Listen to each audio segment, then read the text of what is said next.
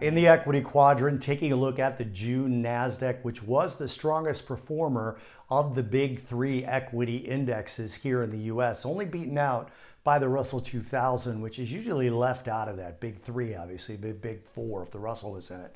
The Russell was up 2.08%. The Nasdaq, however, finished up 1.49%. 18,545 was the high. That was up 1.51%. That was not a new all-time high, but the close was 18,542. That was up 1.49%.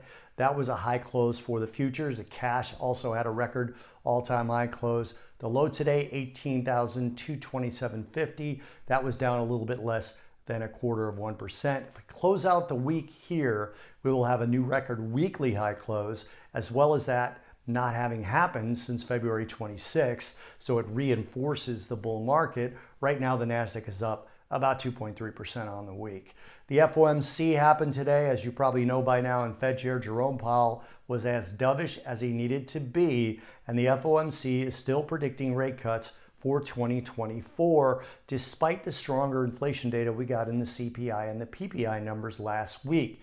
Interestingly enough, the summary of economic projections, the SEP, changed a little bit, but you still have the same median rate from the participants, even though the Fed ramped up their growth forecast, ramped up their core PCE forecast, and lowered their unemployment rate forecast, which is kind of contradictory to what they said that would happen or would need to happen for them to cut rates, but they continue to say that it's probably still appropriate to do that, and kind of hinted that rate cuts are still coming. That helped the Nasdaq specifically, and we saw that yields fell after that as well. US Treasury yields fell deeper post FOMC that were down before that as well, but also the curve steepened, so that was interesting. That's also a positive sign for the economy overall. The 2s10s inversion went from -39 yesterday to -32, so it's moving in the right direction, so that's a good sign as well. So all of that helped along by the strong Nasdaq today.